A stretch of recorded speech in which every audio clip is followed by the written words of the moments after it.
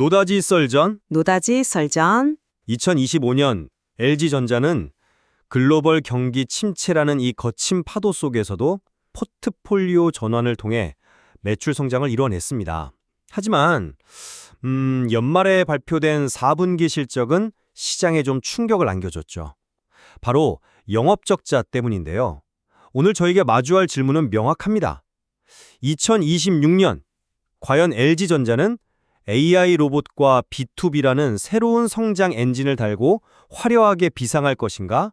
아니면 주력 사업의 부진과 거시경제의 높은 벽에 부딪혀 고전할 것인가? 저는 거시 경제의 불확실성이 여전하고 또 주력 사업인 가전과 TV 시장의 수요 회복이 더딘 상황에서 신사업의 성과가 단기적인 실적 악화를 상쇄하기는 어렵다고 봅니다. 저는 좀 다르게 봅니다.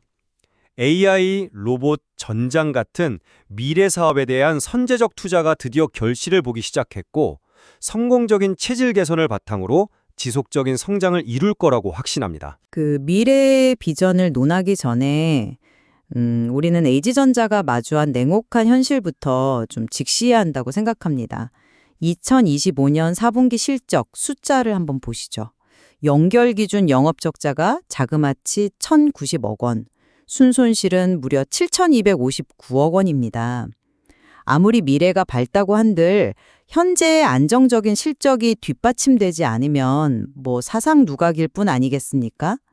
더 큰 문제는요. LG전자의 심장이라고 할 수 있는 주력 사업들이 흔들리고 있다는 점입니다.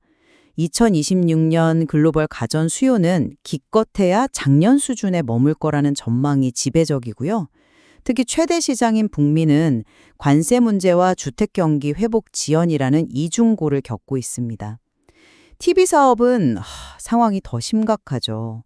저가 공세를 펴는 중국 업체와의 경쟁은 정말 살얼음판이고 AI 서버 열풍 때문에 메모리 반도체 같은 핵심 부품 가격은 천정부지로 치솟고 있습니다. 이런 상황에서 2020년 흑자 전환을 장담하는 건 글쎄요, 너무 섣부른 낙관 아닐까요? 물론 AI, 로봇이나 데이터 센터 솔루션 유망한 분야 맞습니다. 하지만 이것들이 회사 전체의 부진을 만회할 만큼의 수익을 내기까지는 상당한 시간과 또 투자가 더 필요합니다.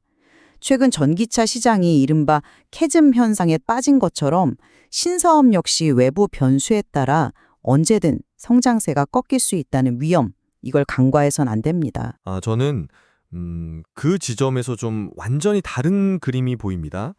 2025년처럼 어려운 환경 속에서도 LG전자의 전체 매출이 성장했다는 사실, 바로 여기에 주목해야 합니다.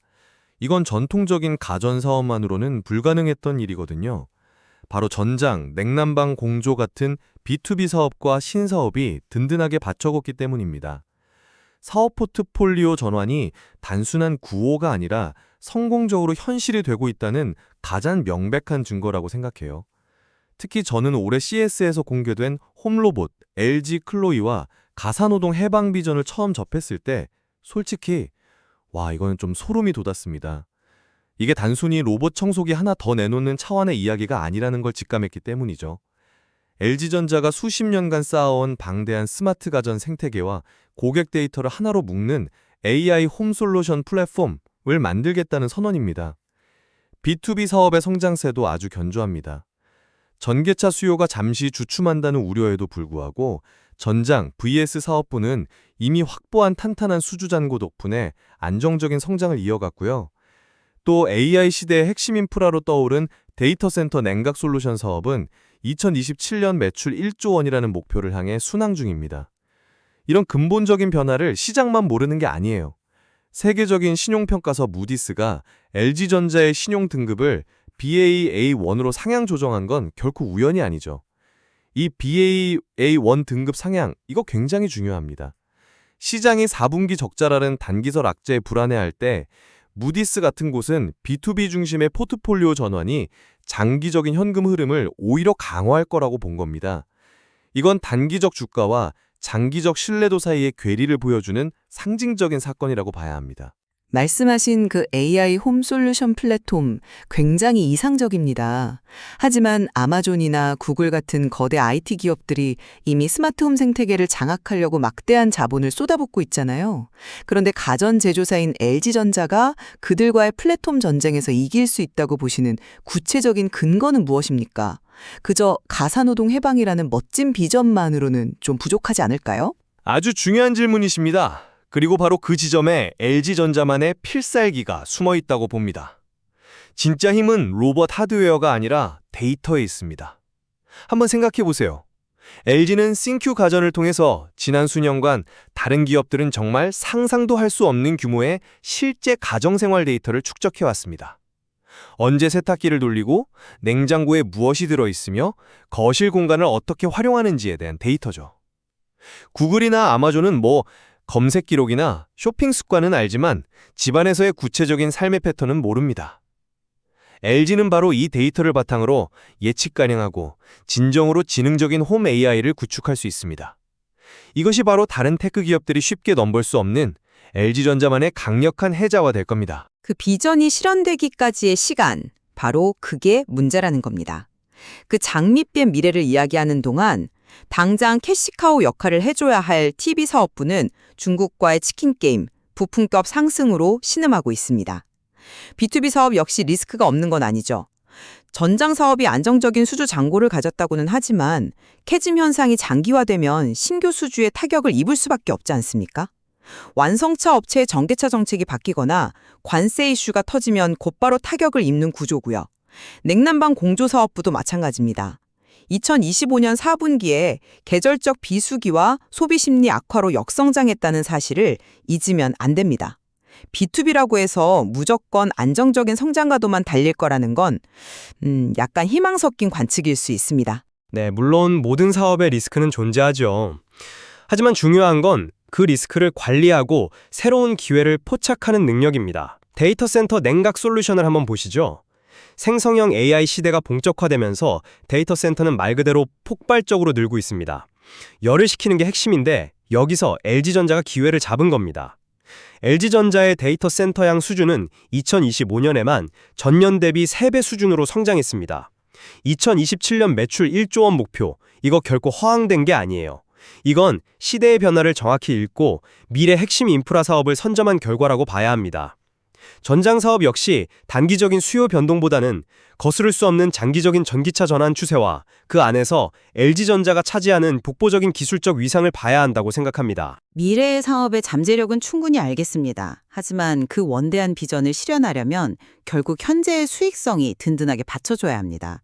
그런데 2025년 4분기 실적을 보면 과연 LG전자가 미래를 위한 실탄을 충분히 확보하고 있는지 좀 근본적인 의문이 듭니다. 4분기의 대규모 영업 적자는 희망퇴직 같은 일회성 비용을 감안하더라도 심각한 수준인데요. 더 큰 문제는 앞으로입니다. 앞서 잠시 언급했지만 AI 서버 수요가 폭증하면서 메모리 반도체 가격이 급등하는 슈퍼사이클 가능성까지 거론되고 있습니다. 이런 엄청난 원가 부담을 과연 판가에 제대로 전가할 수 있을까요? 지금처럼 소비 심리가 꽁꽁 얼어붙은 상황에서는 사실상 불가능에 가깝습니다. 결국 원가 상승과 판매 부진 사이에 끼어서 수익성이 악화되는 구조로 갈 가능성이 매우 높다고 봅니다. 그 문제에 대해 LG전자가 이미 체계적인 대응을 하고 있다는 점을 말씀드리고 싶습니다. 물론 원가 부담이 심한 건 사실이죠.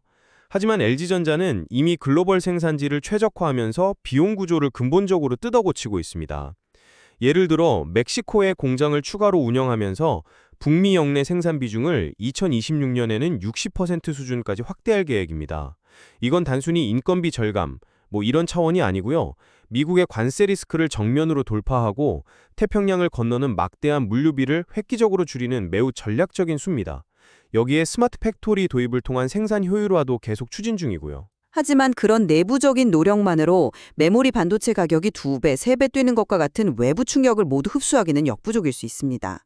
결국 제품 가격을 올려야 하는데 이건 가뜩이나 부진한 수요를 더 위축시키는 악순환을 낳을 수 있다는 거죠. 바로 그 지점에서 구독 사업과 같은 새로운 수익 모델의 중요성이 드러납니다. LG전자의 가전 구독 사업은 이미 국내에서만 매출 2조 원을 돌파했고 해외에서도 아주 가파르게 성장하고 있습니다. 이건 단순히 할부 판매와는 차원이 다른 이야기입니다.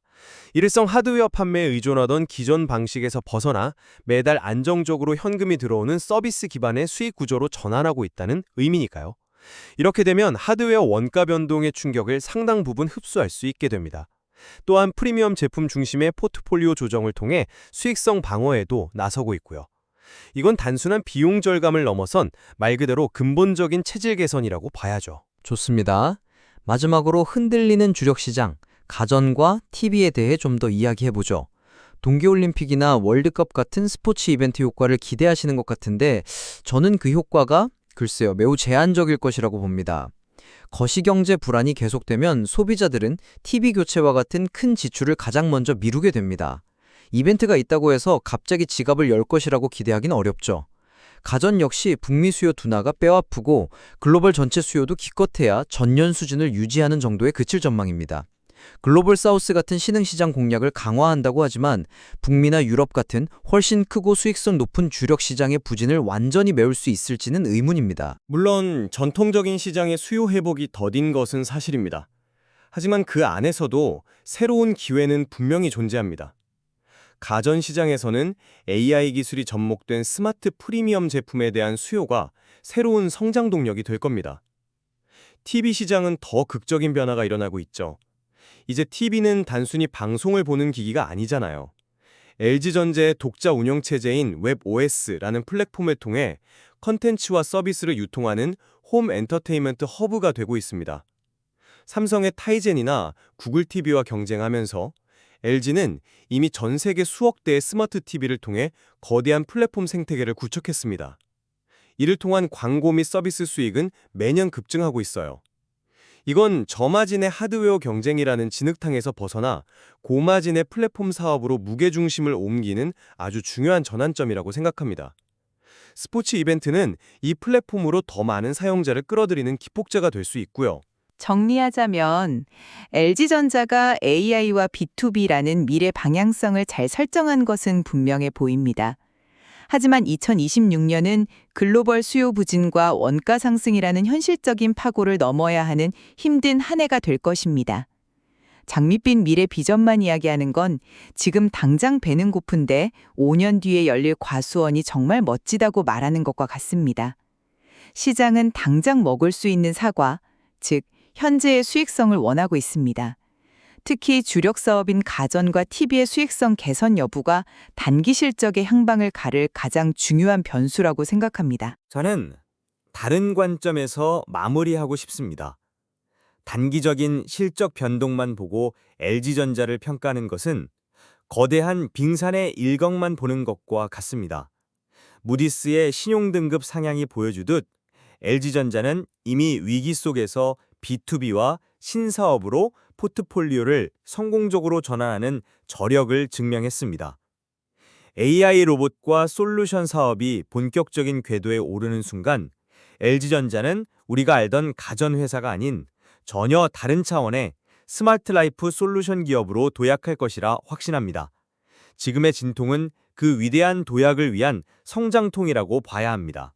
미래를 향한 담대한 투자와 눈앞의 냉혹한 현실, LG전자를 둘러싼 기대와 우려는 이처럼 팽팽하게 맞서고 있습니다. 과연 LG전자는 이 불확실성의 시대를 넘어 새로운 성장 스토리를 써내려갈 수 있을지 시청자 여러분께서도 계속해서 지켜보시면 흥미로울 것 같습니다.